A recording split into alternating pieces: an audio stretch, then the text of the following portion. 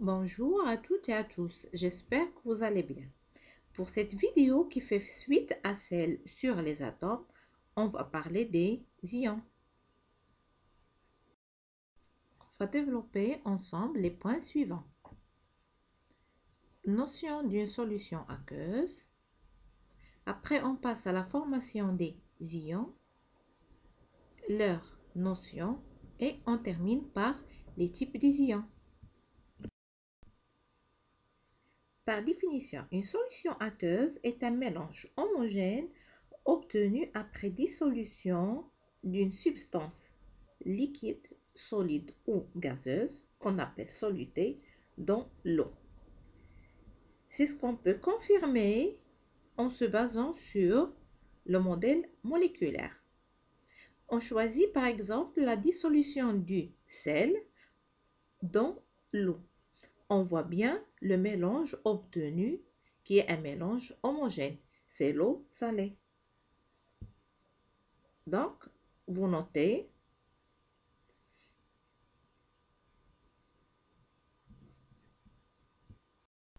Expliquons maintenant la dissolution à partir de la structure atomique.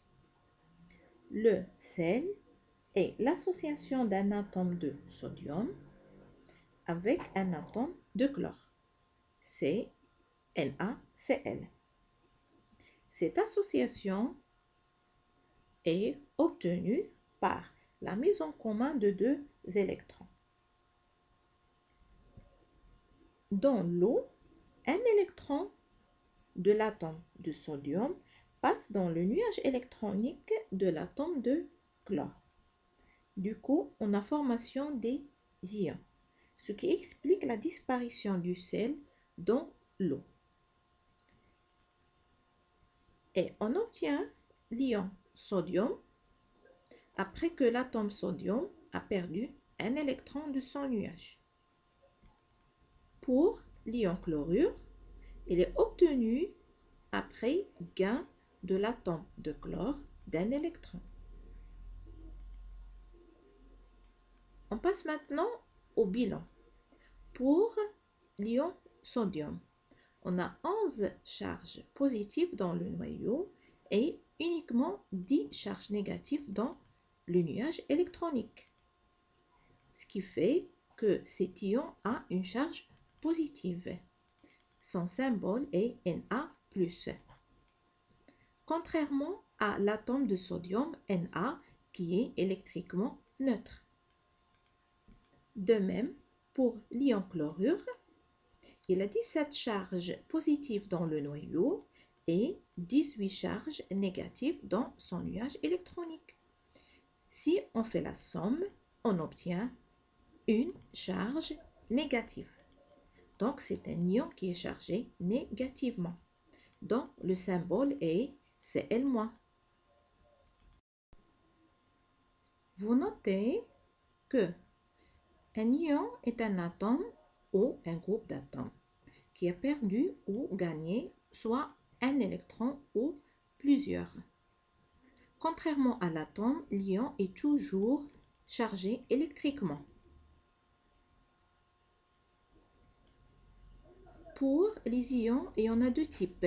Un ion positif qui est obtenu après que l'atome a perdu un ou plusieurs électrons.